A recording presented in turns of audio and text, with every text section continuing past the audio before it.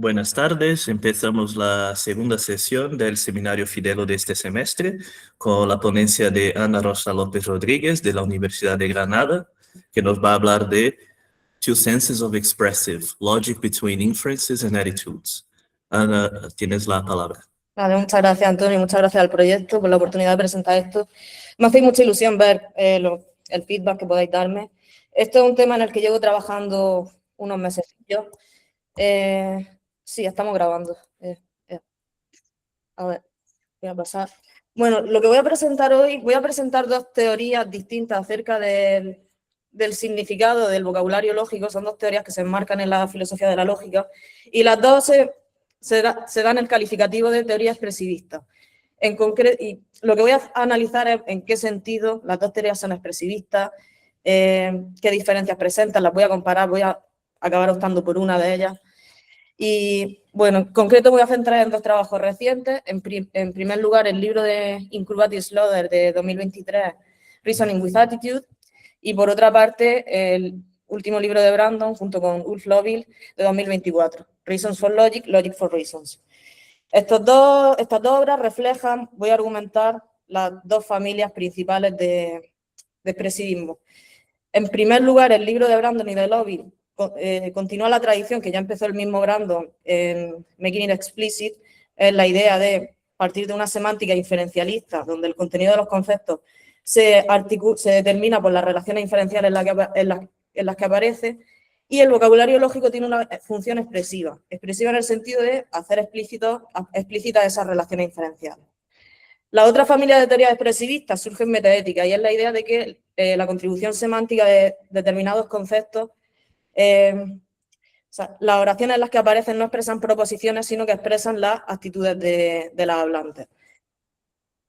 El libro de Incurvatis Slaughter se sitúa en esta familia de teorías expresivistas que vienen de la metaética y que él llama actitudinal, porque precisamente por esta idea de que la contribución semántica depende de qué actitudes se están expresando, pero en cierto sentido ellos además intentan que su teoría sea una conciliación también con la teoría de Brandon. Es decir, van a dar una teoría acerca del vocabulario lógico, donde el significado del vocabulario lógico depende de la expresión de ciertas actitudes, pero donde también se va a explicar inferencialmente. Entonces, su propuesta, que ellos mismos llaman, es un expresivismo inferencial, donde se buscan juntar estas dos propuestas, y vamos a ver también que es una teoría multilateral.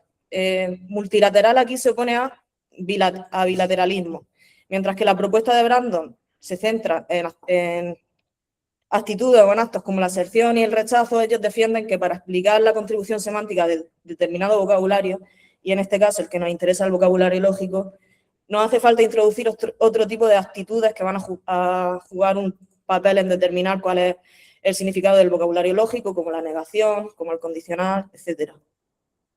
Entonces, lo que yo voy a hacer aquí es proponer algunas críticas a dicho intento de conciliación que se van a basar en determinados aspectos que yo veo centrales de la propuesta de Brandon y Lovill y que creo que Incurvatis y Slaughter no consiguen conjugar. Y esta se basa asimismo en nociones que derivan en última instancia de Frege. La prioridad del contenido juzgable o de la proposición para analizar las relaciones inferenciales, y lo que yo voy a introducir aquí como la categoría de conceptos de orden superior, que voy a intentar argumentar que es un rasgo principal de este tipo de propuestas que Incurvatis y Slaughter no están teniendo en cuenta.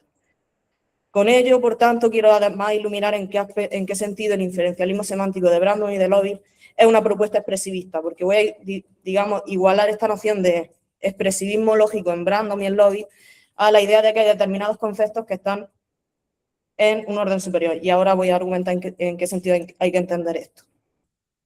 Entonces, el plan de la charla es, en primer lugar, voy a introducir estas dos corrientes de expresivismo con las que he empezado mi charla, la actitudinal y proposicional. Después voy a presentar la propuesta de Incurvatis y Slaughter como un intento de conciliación de estas dos familias de teoría. Y por último, la parte más argumentativa, más crítica, va a ser presentar una serie de problemas que tienen que ver, como he dicho, con la noción de contenido proposicional, que vamos a ver que es realista en la propuesta de Brandon. Y esto lo voy a aplicar a dos problemas. El problema Frege-Gitz, y luego voy a poner algunos argumentos también contra la idea esta del multilateralismo, la idea de que haya distintas actitudes a las que tenemos que recurrir para explicar la contribución semántica, lógica de ciertos términos. Entonces, bueno, este es un poco el esquema de esto que acabo de explicar. Y voy a presentar muy brevemente esto porque va a ser una introducción muy básica, pero como he dicho, el expresivismo actitudinal surge en metaética y en concreto se nace con las teorías que se han llamado emotivistas de Ayer y de Stevenson, y como he expuesto antes, consiste en la idea de que determinados vocabularios, y en concreto ellos se centran en el lenguaje moral, expresan las actitudes del hablante, y aplicado al caso moral serían actitudes de aprobación y desaprobación. Esto se suele presentar con una teoría Boo-Hurra, o sea, cuando dices que algo está mal, lo estás expresando desaprobación, y esto como tal no expresa ninguna proposición. Por esto mismo, el desafío más famoso y más típico en la literatura que se presenta este tipo de teoría es lo que se conoce como el problema Frege-Gitz. Es la idea de que podemos usar... O sea, el problema nace de que usamos efectivamente enunciados que contienen vocabulario moral para hacer inferencias, y esto requiere que expresen proposiciones. Os pongo aquí un ejemplo de este tipo de argumentos. Decimos, por ejemplo, si robar está mal, no debería hacer eso. Premisa 1, premisa 2, robar está mal. Y la conclusión es que, por lo tanto, no debería hacer eso.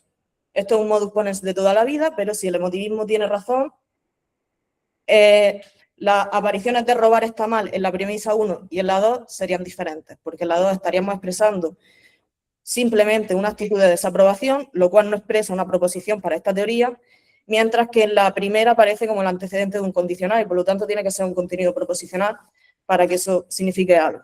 Entonces, el problema Frege-Gitz se plantea normalmente como esta ambigüedad que hay entre cómo funcionan los términos morales en contextos donde se asevera y en contextos donde no.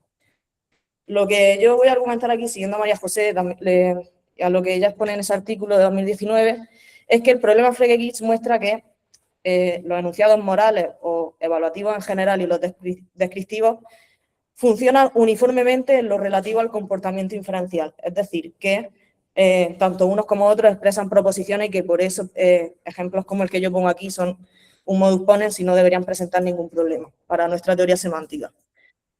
Entonces, ¿esto por qué es importante? Pues porque un requisito para cualquier propuesta expresivista actitudinal es que se responda a este problema, de alguna forma. Las propuestas contemporáneas son bastante más complejas que las de Ayer y Stevenson, y normalmente, o sea, hay algunas teorías famosas son, por ejemplo, la teoría híbrida, donde cuando usa un enunciado evaluativo está expresando una proposición y a la vez una actitud, es decir, que hay dos componentes. Vamos a ver que la respuesta que dan Incurvati y Slaughter es diferente, y es una de las cosas que voy a criticar, por eso me he centrado un poco en esto también, de forma introductoria. Y luego, por otra parte, está el expresivismo que voy a llamar aquí de orden superior, expresivismo proposicional, con lo que me refiero estrictamente al expresivismo que se inicia con Brandon, con su obra Making It Explicit, pero que desarrollan de forma más formal, valga la redundancia, en este último libro de 2024. Como he dicho antes, el expresivismo lógico se basa en una teoría acerca de la semántica que es el inferencialismo. Para el inferencialismo, el contenido conceptual se determina por las relaciones inferenciales en las que aparece. Es decir, que para entender un concepto como el concepto de que algo sea rojo, tenemos que ser capaces de situarlo en relaciones de implicaciones y de incompatibilidad. Es decir, que, por ejemplo, si algo es rojo, por lo tanto tiene color, o que si algo es rojo, esto es incompatible con que sea azul. Si no somos capaces de establecer este tipo de relaciones inferenciales, hay, por así decirlo, un fallo normativo, o digamos que el contenido no está correctamente determinado. Entonces, dentro de esta teoría semántica, donde el contenido se determina así por aparecer en nudos inferenciales, la lógica, al igual que otros tipos de vocabularios, van a tener un papel expresivo en relación a estas relaciones materiales de inferencia. En concreto, el vocabulario lógico hace explícitos los compromisos inferenciales. Por el condicional hace explícito la relación de implicación, la negación hace explícita la relación de incompatibilidad, y en este sentido se dice que la lógica es conservativa, porque no añade ningún ingrediente conceptual a las proposiciones que toma como argumento. ¿Por qué? Porque yo voy a defender aquí que funcionan como conceptos de orden superior. Es decir, el vocabulario lógico toma contenidos conceptuales como argumentos y nos muestra qué relaciones se dan entre esos contenidos conceptuales, que son los que se determinan por las relaciones de inferencia material. Y lo que quiero argumentar un poco es que esta noción de contenido de orden superior es lo que capta en qué sentido la propuesta de Brandon y Lobby es una propuesta expresivista, que es este aspecto uno de los básicos para entenderlo. Y me he dejado para el final uno de los puntos que aparecen ahí, que es que una de las características de esta propuesta y que en la que se centra mucho en este libro de 2024 es que el espacio de las razones es abierto. ¿Qué significa esto? Significa que las relaciones de inferencia material generalmente no tienen por qué satisfacer requisitos estructurales como la monotonía y la transitividad. Aquí se pone un ejemplo siempre, que es el de esto es un pájaro, por lo tanto vuela. Esto es una relación de inferencia material, pero que no se cumple siempre si añadimos premisas auxiliares, como por ejemplo que esto sea un pingüino. Es el típico ejemplo. Si esto es así y las inferencias materiales normalmente no satisfacen estos requisitos, cuando decimos que el vocabulario lógico hace explícitas estas relaciones materiales de inferencia, entonces en principio esto abre la puerta para que tengamos lógicas donde la relación de implicación no es monótona y este tipo de cosas. Entonces, por eso pienso que es una propuesta que es bastante flexible acerca de lo que va a ser la lógica, y pienso que la que voy a presentar ahora, que es la de Incurvati y Slaughter, es bastante más clásica en torno a lo que acaban defendiendo. Pero bueno, y a lo que voy a pasar ahora. Como he dicho antes, Incurvati y Slaughter van a presentar su propuesta como una conciliación de estas dos teorías, del expresivismo actitudinal por un lado, y del expresivismo proposicional de Brandon y de Lobby, el expresivismo de orden superior. ¿Cómo se articula esto? Pues vamos a tener que, por un lado, el vocabulario lógico depende, o sea, su aporte semántico depende de la expresión de ciertas actitudes, y estas actitudes, además, se van a relacionar inferencialmente. Voy a criticar que esto se explique de esta forma, pero por ponerlo en su palabra, las expresiones de actitudes están en relación inferencial con otras expresiones de actitudes. Esta es la definición que ellos dan aquí, la voy a leer directamente. Dicen: el valor semántico de un término viene dado por las relaciones inferenciales que una expresión de actitud hacia una oración que contiene ese término mantiene con otras expresiones de actitud en virtud del hecho de que la oración de la primera oración contiene el término. Bueno, de forma que, por ejemplo, aplicado, y el ejemplo que voy a poner aquí es el del caso del negador, de la negación, lo que van a decir es que negar algo, la expresión de afirmar la negación de algo se explica por la relación inferencial que tiene con rechazar esa cosa. Es decir, una aserción que contenga la negación se va a explicar por la relación inferencial con actitudes de rechazo. Como digo aquí, not se explica por las conexiones inferenciales entre afirmar una oración que lo contiene y otra afirmación y rechazo. Y los autores extienden esta aplicación a otro tipo de vocabulario, como el condicionado o los operadores modales. Voy a poner aquí un ejemplo con el operador de posibilidad, pero con el condicional plantean una propuesta bastante similar. Y el otro rasgo en el que nos vamos a centrar es, como he dicho al principio, el multilateralismo. Una de las características que introducen novedosas respecto a estas propuestas es que el vocabulario se va a entender en relación con la expresión de 4 actitudes principales. Está la aserción, la negación, la aserción y el rechazo, pero van a introducir otras como la aserción débil y el rechazo débil para ver cómo se articulan el vocabulario lógico en este caso. Y bueno, teniendo en cuenta lo que acabo de decir, esta idea de que, por ejemplo, el negador se va a definir inferencialmente por cómo se rechaza, se relaciona inferencialmente con actitudes de rechazo, esto tiene la siguiente consecuencia, y es que la propuesta asume que algo así como afirmar no P es diferente de rechazar que P.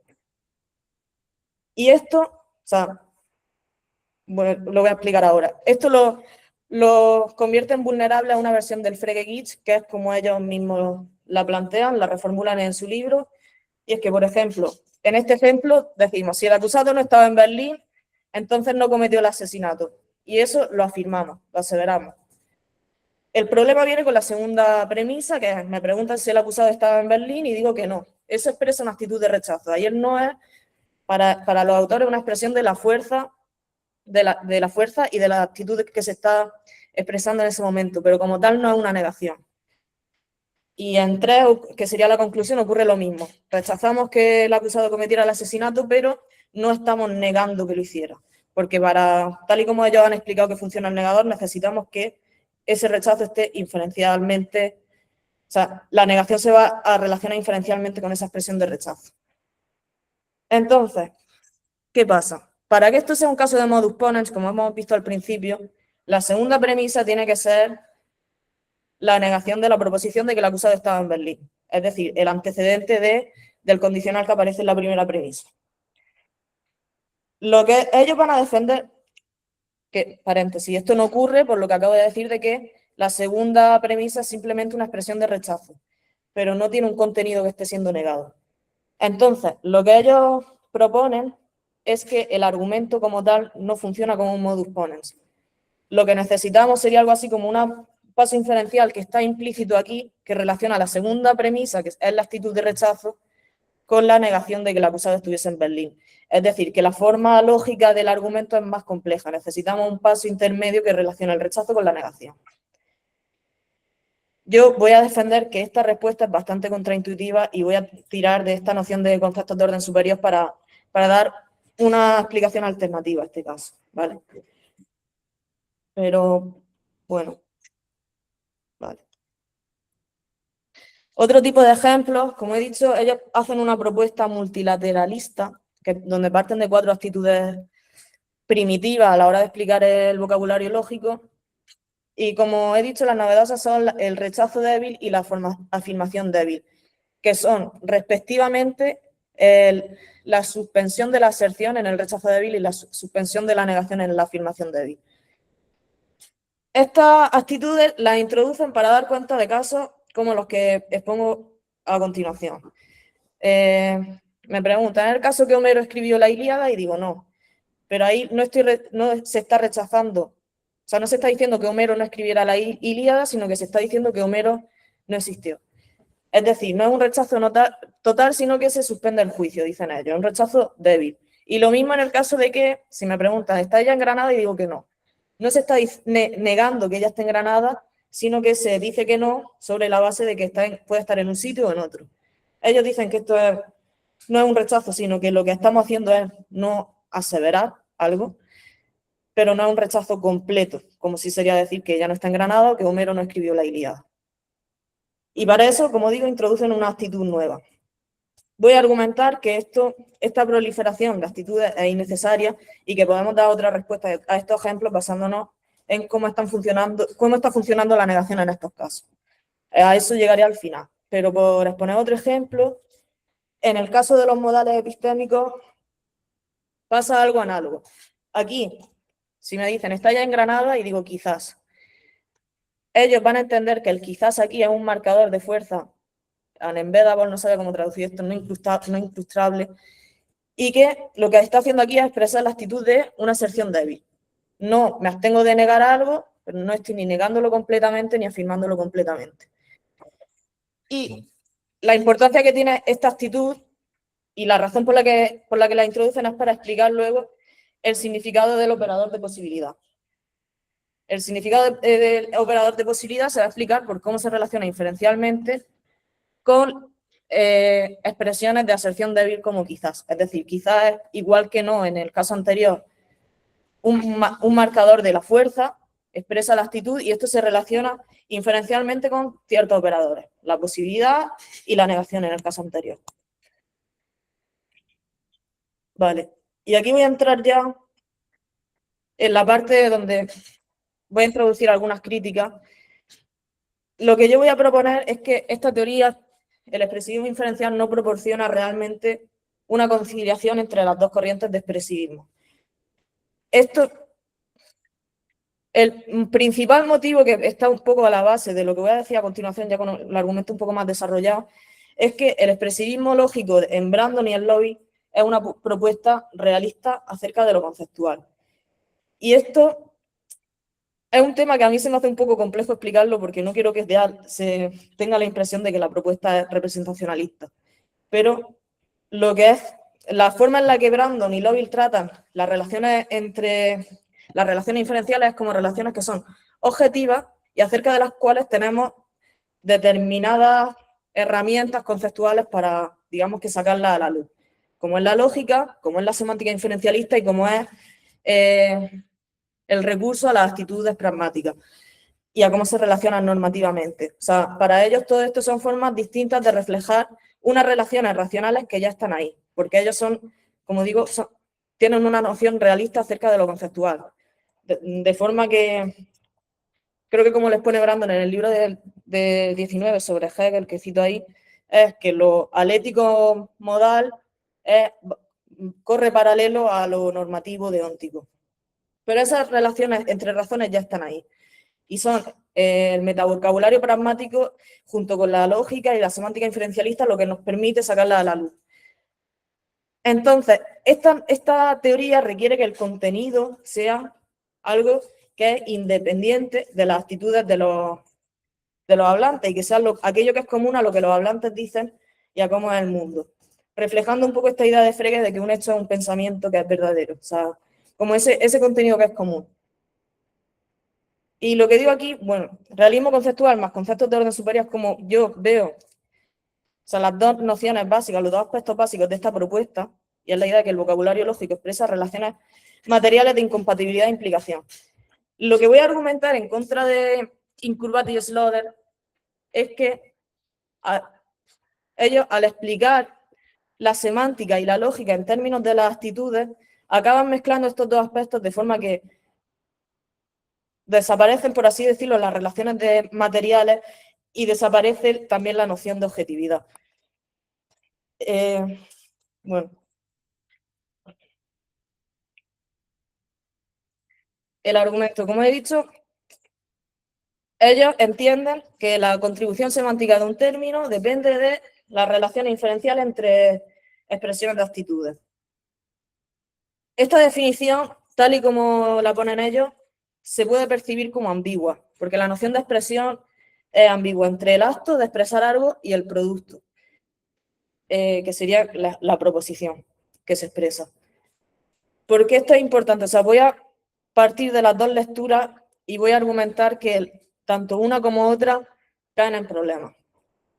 La primera lectura, si decimos que la contribución semántica de un término depende de cómo se relaciona inferencialmente las distintas acciones, los distintos actos de habla, los actos, lo que argumenta es que incurrimos en un error categorial, porque siguiendo el principio de prioridad proposicional que está en Frege, que define Frapoli, que está en Brandon también, lo que se relaciona inferencialmente son las proposiciones, no los actos. Entonces aquí se está mezclando la dimensión pragmática con la noción semántica del contenido. Como he dicho antes, esta distinción es prácticamente fundamental en la propuesta que están haciendo Brandon y Lowell, porque las relaciones racionales inferenciales están ahí y la pragmática es un metavocabulario que no es que aparece posteriormente para aclararlas, por así decirlo, para arrojar luz sobre ellas. Por otra parte, la segunda lectura es decir, vale, no, lo que tenemos es la relación inferencial entre el producto de esos actos, de la acción de expresar algo. De forma que, tomando el ejemplo anterior, negar que P se relaciona inferencialmente con expresiones como rechazo que P o ella rechaza que P y este tipo de cosas. El problema de esta lectura, que me parece correcta, pero correcta en un sentido casi trivial, el problema es que no da cuenta del papel del vocabulario lógico en la expresión de relaciones materiales. Es decir, se está explicando la negación, relación con el rechazo, pero no está dando ese nivel explicativo que sí está en Brandon y en Lowell de decir, vale, hay unas relaciones de incompatibilidad que están ya en los conceptos que usamos, en conceptos como rojo y azul o como cuadrado y círculo, y la negación es lo que nos permite hacer explícitos que determinadas cosas con las que nos comprometemos son incompatibles con otras cosas. Este papel no está, como os digo, en la definición que Incurvati y Schroeder dan de la negación. Y la veo problemática por eso, porque no es informativa y en la otra lectura, como digo, incurrían en un error categorial. Esto me lleva a concluir que el expresivismo inferencial no da cuenta del papel de orden superior del vocabulario lógico en la expresión de inferencias materiales, tanto en una lectura como en otra. Vale. Bien, pues este que es principalmente mi argumento al marco teórico que proponen en este libro, lo quiero aplicar a algunos de los casos que hemos visto antes, al caso del argumento Frege-Kitch y a la propuesta de distintas actitudes, a la propuesta multilateralista. En primer lugar, empezamos por el Frege-Kitch. Vamos a recordar lo que he explicado hace un momento, que era que el expresivismo inferencial predice que el argumento Frege-Kitch no es un caso de modus ponens y que esto se debía a que asume que rechazar que P y afirmar que no P son cosas diferentes, que se relacionan inferencialmente, lo que lleva a que el argumento que tenemos ahí tenga una forma lógica que está incompleta porque hacen falta unos pasos inferenciales intermedios. Bueno, lo que yo quiero argumentar es que su explicación ignora que ahí el no, en la segunda premisa, vamos a recordar que dicen aquí el problema es que la segunda premisa simplemente se expresa una actitud de rechazo, pero no se está negando que el acusado estuviese en Berlín. Lo que yo argumento, y argumento en el texto en más detalle, es que se está ignorando la función anafórica del no, donde el contenido que se va a negar se hereda de la pregunta proposicional. ¿Qué quiere decir esto? O sea, si al argumento le quitamos la pregunta del acusado estaba en Berlín y dejamos simplemente el no, eso no tendría ningún sentido. No hace falta la pregunta para que anteceda al no para ver acerca de qué estamos hablando. Y ese es el contenido. Y ahí el no hereda anafóricamente el contenido de la pregunta y efectivamente lo niega. Es decir, no hay que introducir un paso intermedio ya. Esa premisa como tal está cumpliendo esa función.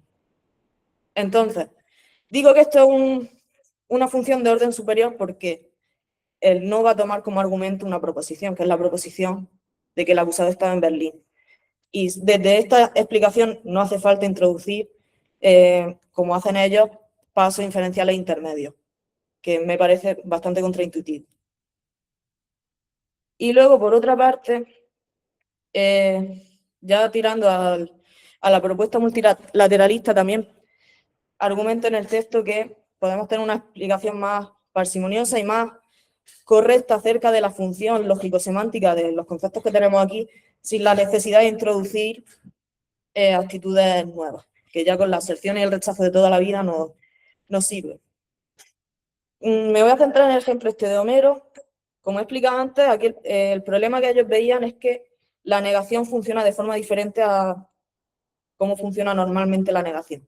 Si me preguntan si es el caso que Homero escribió la Ilíada y digo que no, pero no basándome en que pienso que Homero no la escribió, sino en que pienso que Homero no existió, aquí teníamos una actitud de rechazo débil, decía.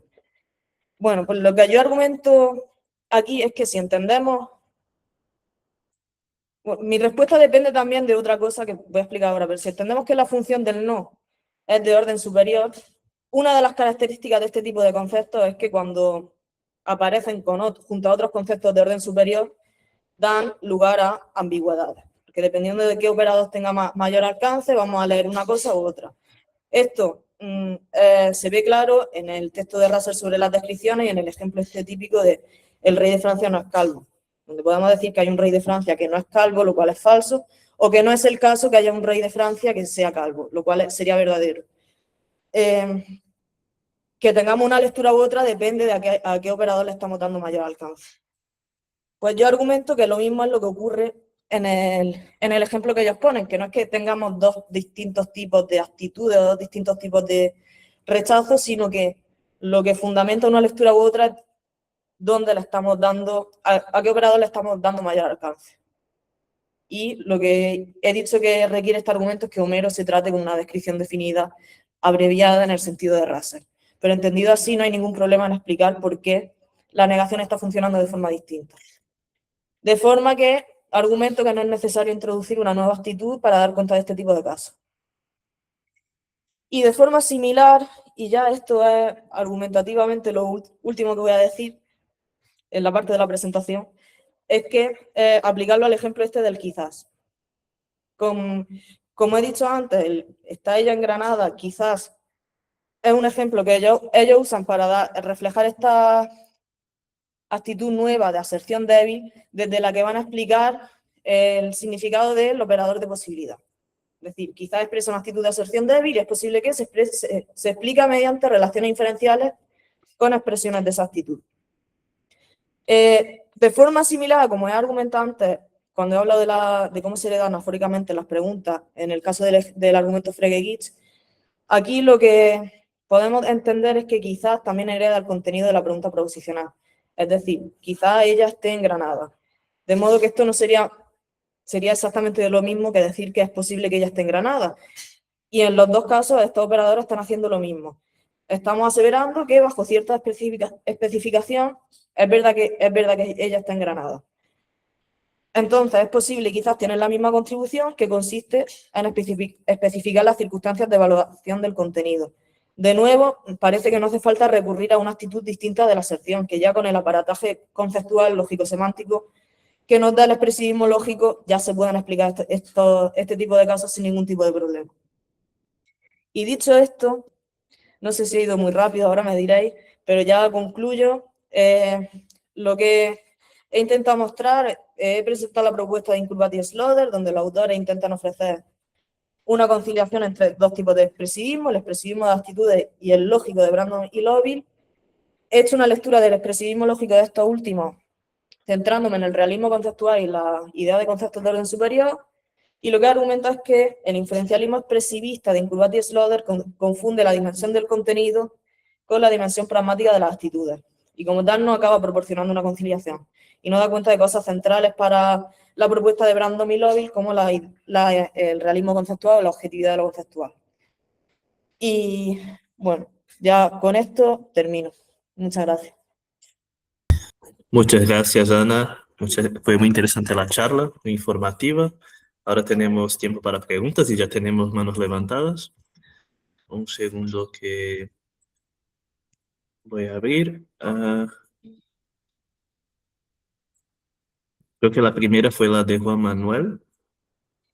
No, pero yo me he equivocado. Yo no quería darle al botón. Sí. A ver, un segundo que... Ahora no me salen las manos levantadas por alguna razón. Es que estábamos aplaudiendo, Antonio. Creo que no estábamos levantando manos. Ah, vale. Puedes levantar las manos entonces para las preguntas.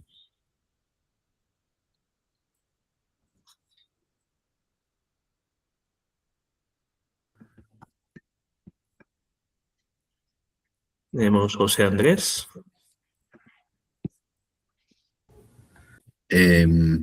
Hola, buenas tardes. Bueno.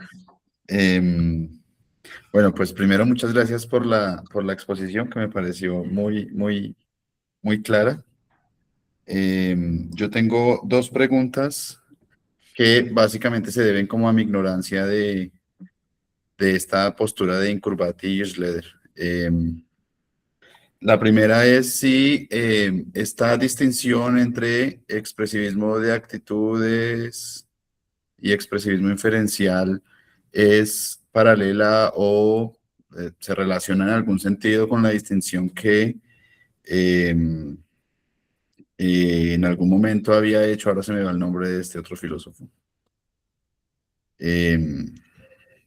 que trabaja también sobre, que distingue también de dos tipos de expresivismo, expresivismo humeano. Price, puede ser. Price, exacto, sí. Sí,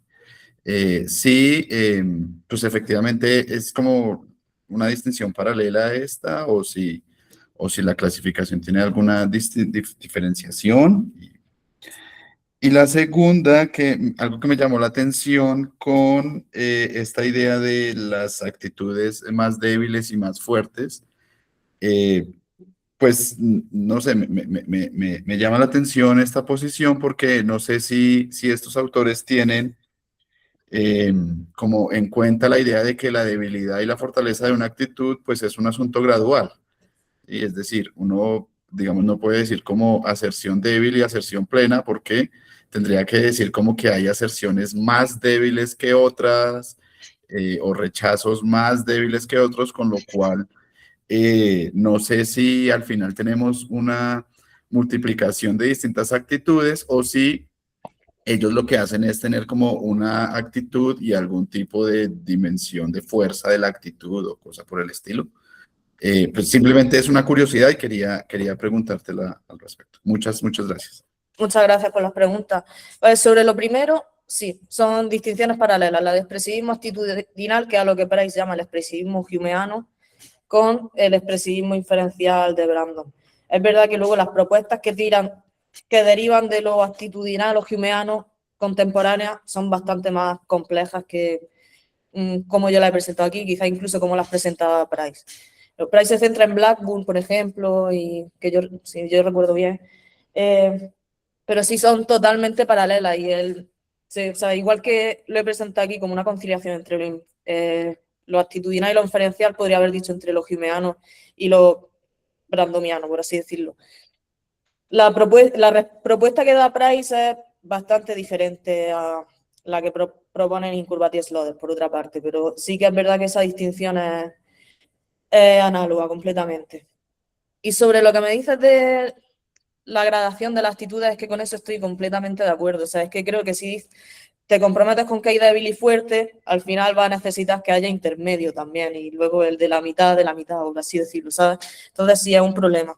Y ya te digo, ellos piensan que una cosa es la aserción débil, otra la fuerte, que son actitudes distintas y que eso es lo primitivo que tenemos que tomar para eso, dar cuenta semántica de determinado vocabulario. Pero estoy de acuerdo con eso en que realmente lo que tenemos es una gradación. O sea que sí, muchas gracias. En la secuencia tenemos María José. ¿Quién es la otra persona que quiere preguntar? Es que no lo estoy viendo. Llanos. Pues venga, Llanos, tú misma. Yo pregunto. Hola, mi pregunta es muy rápida. Voy un poco en la línea de José Andrés, que es una pregunta aclaratoria. O sea, ¿cuál es la motivación de estos autores para querer conciliar los dos expresivismos? No sé si lo has dicho y se me ha escapado. Pues no lo he dicho y además tampoco sabría muy bien qué responderte. O sea, creo que simplemente piensan que se puede hacer, que hay cosas que les gustan de uno y otro y se lanzan a ellos. Pero es verdad que yo creo que ellos van mucho más en la línea de defender un expresivismo actitudinal y luego poder dar una explicación inferencialista más que proponer una conciliación real intermedia. O sea, creo que están mucho más en la tradición del expresivismo que viene de la metaética y lo intentan casar con una cosa con la que yo creo que no se puede. Vale, gracias. A ti. Vale. Ahora, si quieres, María José. Sí, muchas gracias, Ana. La verdad es que me ha parecido muy claro. Hay una cosa que de pronto me salta, claro, tal como lo has explicado ahora, o sea, uno de tus principales argumentos es, aquí se produce un error categorial cuando tú pretendes decir que cuando hay una negación, por ejemplo, en un determinado contexto, lo único que tenemos es la actitud sin contenido. Lo cual es curioso en el sentido de que siempre nosotros sabemos desde Frege, seguramente desde mucho antes, pero desde Frege sabemos que tú puedes tener proposición sin fuerza, pero no puedes tener fuerza sin proposición. Excepto que tenga el tipo de, digamos, de concepción expresivista naif que a veces se atribuye a Stevenson, que yo creo que solo Ayer tuvo una cosa tan absurda en su cabeza, ni siquiera Stevenson, y a veces también se atribuye o se interpreta así algunas de las cosas que dice Wittgenstein en las investigaciones. Pero entonces, esto es la introducción. La pregunta es, ¿qué añaden estos señores al expresivismo actitudinal, es decir, al expresivismo metaético naif? Porque me da la impresión de que no añaden nada y entonces el problema Frege-Gitsch lo están reforzando, no lo están explicando. Claro, la segunda parte es, lo que ellos te van a decir es, no, es que es más complejo. ¿Más complejo por qué? Porque necesito un paso intermedio en el que se me conecte la negación de una proposición, que es un contenido proposicional, con la actitud de rechazo, que es una fuerza sin contenido. Y entonces vuelvo al principio. Pero eso es un error categorial, porque las fuerzas no están en relaciones inferenciales. Por tanto, quiero decir que es que me da la impresión, o sea, que escuchándote me da la impresión de como que el edificio se les hunde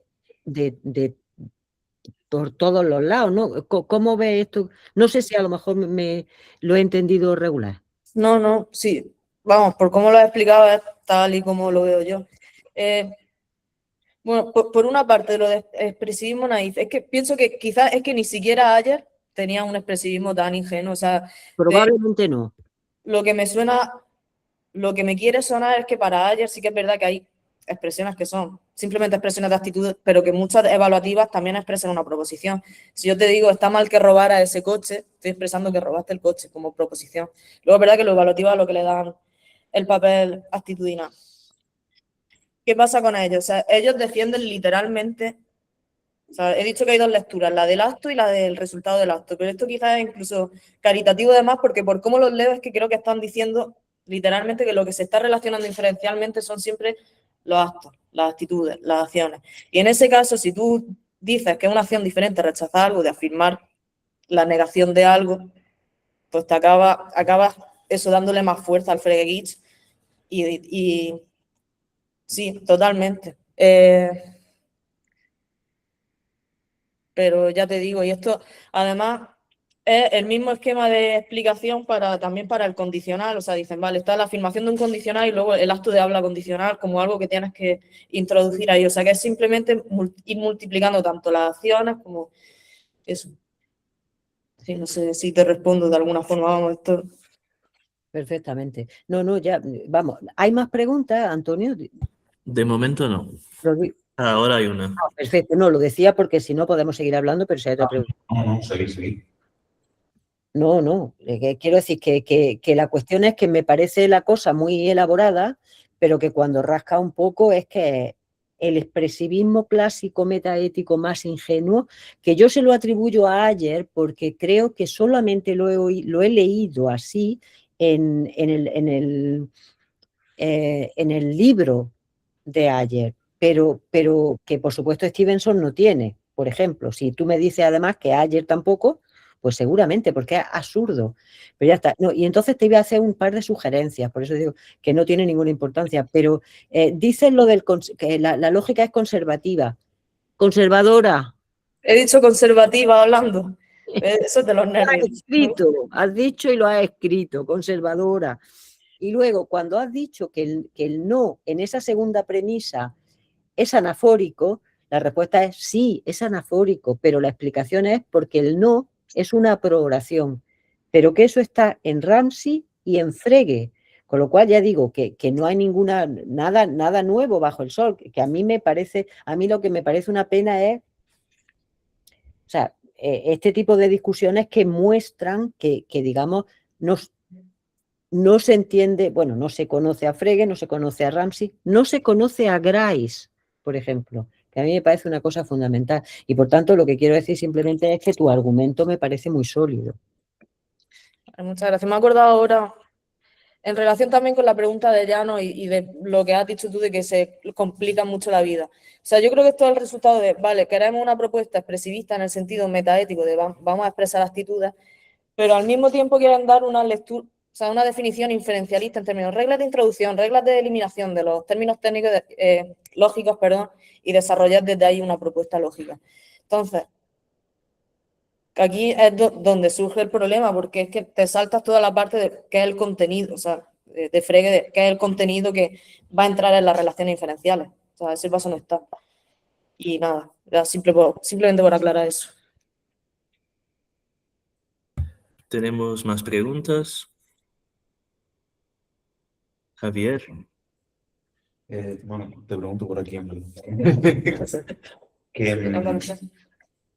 Bueno, muchas gracias por charla, claro.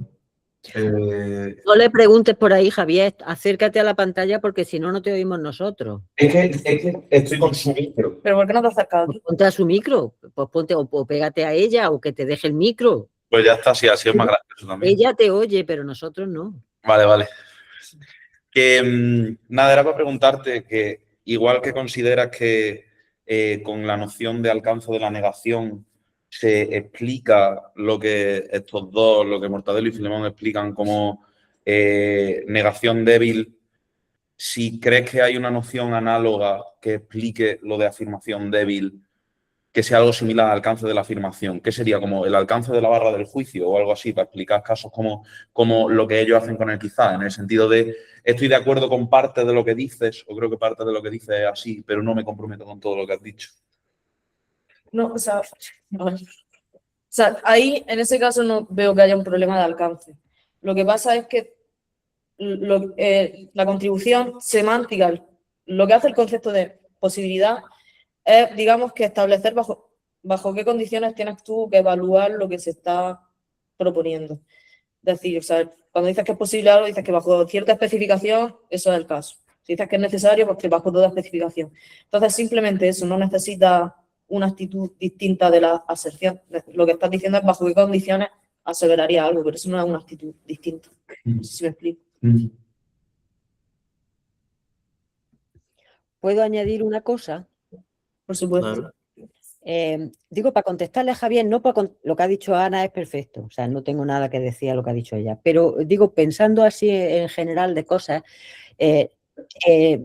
no vamos a descubrir ahora que cuando afirmamos hay veces que proponemos algo como una hipótesis, como una asunción, como un experimento mental, etcétera.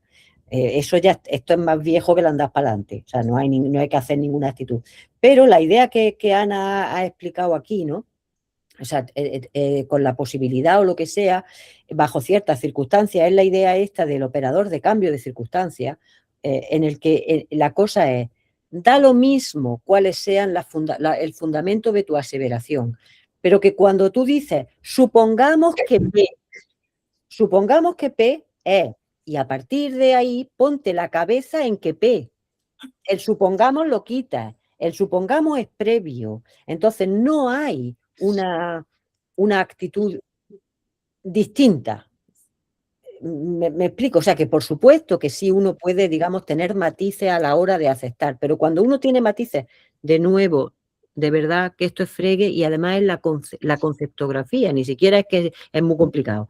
La cuestión es, los operadores de posibilidad indican los fundamentos del juicio, indican los fundamentos de la aseveración, indican cómo de fuerte está el hablante respecto de las razones que tiene para afirmar. Y eso es exactamente idéntico a lo que dice Ramsey acerca de los grados de creencia.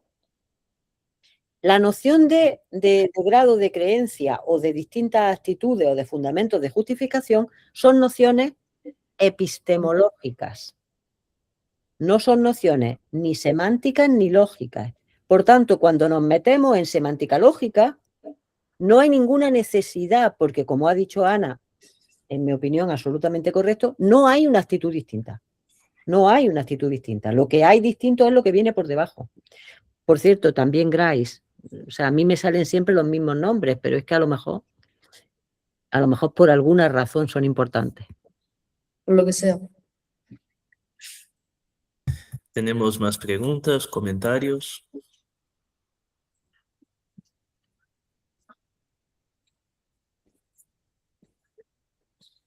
Si alguien más quiere intervenir, aún tenemos algunos minutos.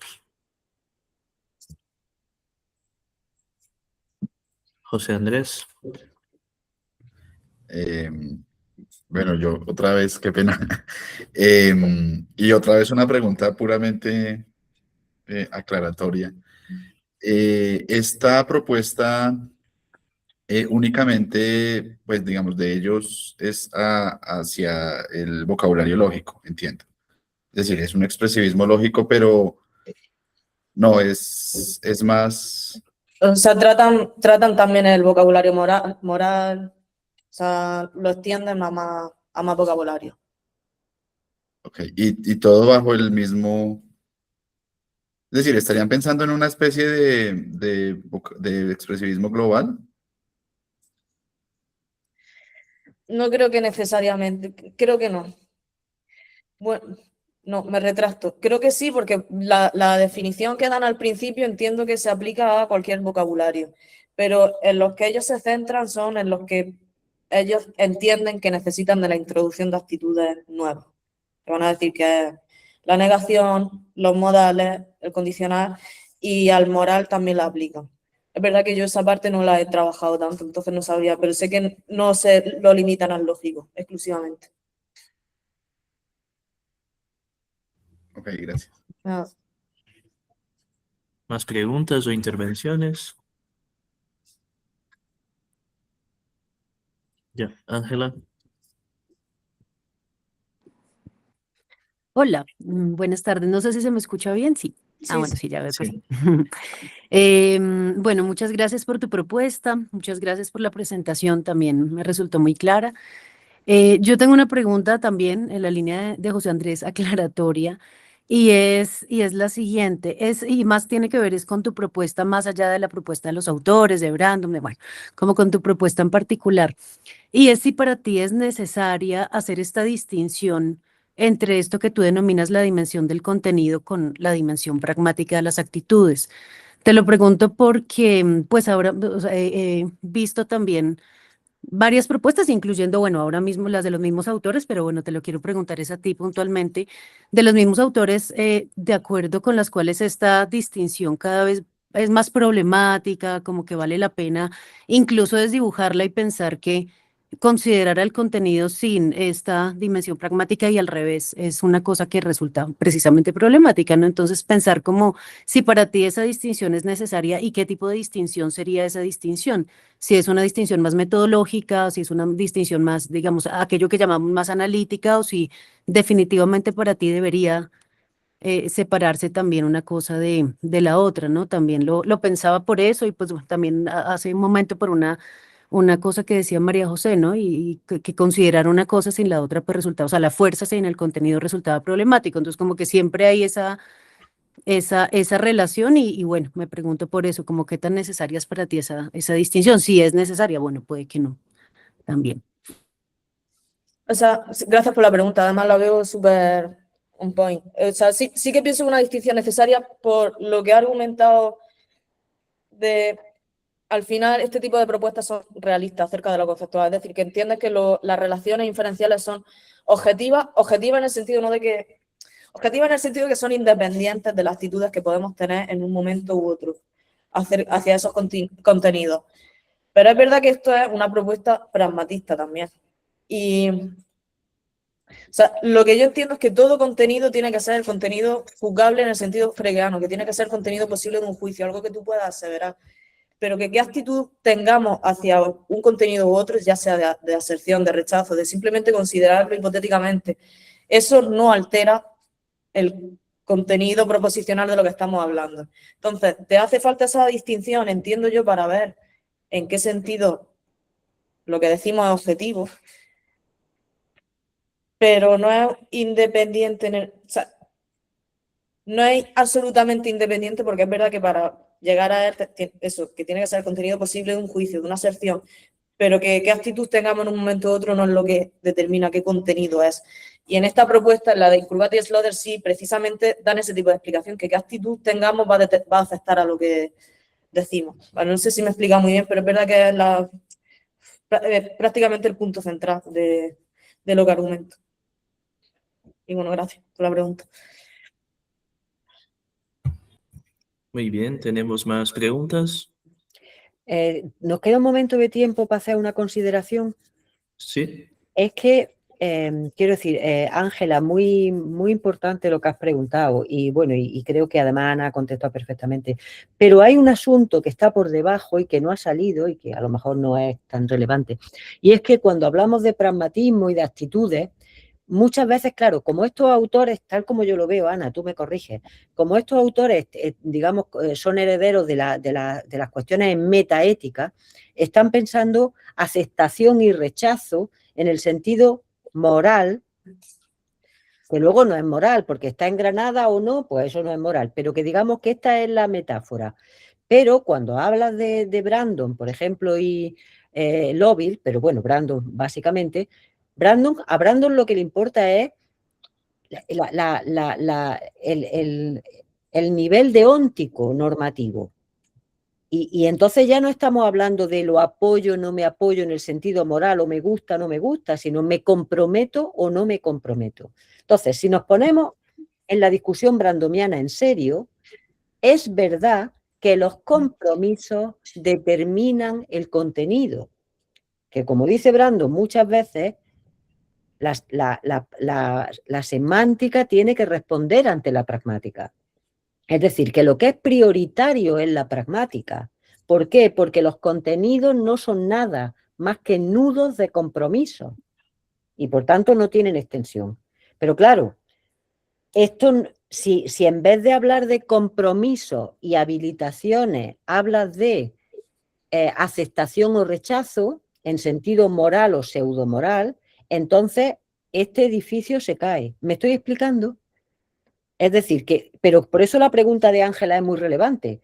O sea, cuando estamos en la posición brandomiana de un expresivismo normativo o deóntico, entonces tú no puedes desencajar el contenido de la actitud, porque el contenido depende de la actitud. El contenido no son más que las actitudes, pero si lo lees en clave metaética, entonces claro que es completamente desencajable. No sé si me estoy explicando. Y es que pasa muchas veces en estas conversaciones o en estas discusiones de expresivismo, da igual, de semántica en general o de pragmática, que es que utilizamos las mismas palabras para decir cosas distintas. Y entonces, pues, por eso la pregunta de Ángela no tiene una respuesta sí o no. O sea, lo que ha contestado Ana es perfecto en este contexto. Pero a lo mejor en otro contexto tendríamos que decir que la actitud y el contenido no son desencajables. No sé si queda claro lo que estoy diciendo. Sí, sí. ¿Tenemos más preguntas o intervenciones? Si no, y si estáis de acuerdo, creo que podemos cerrar aquí. Gracias otra vez a Ana por la charla, que fue muy interesante, y gracias a todos por la participación. Ana, no sé si quieres reforzar la invitación a tu grupo de lectura. Ah, sí, voy a organizar un grupo de lectura sobre el libro de Kupla y Lance, Yo y Lo. La primera sesión es el 15 de abril, o sea que si queréis, a las 5 de la tarde creo que lo hemos puesto. Nada, que si queréis me escribí al correo, lo que sea, y nada. Ya está. Muchas gracias. Muy bien, y nos vemos en abril para el próximo seminario. Pues muy bien. Venga, muchas gracias a todos. Gracias. Gracias, luego. bonita Hasta tarde. luego.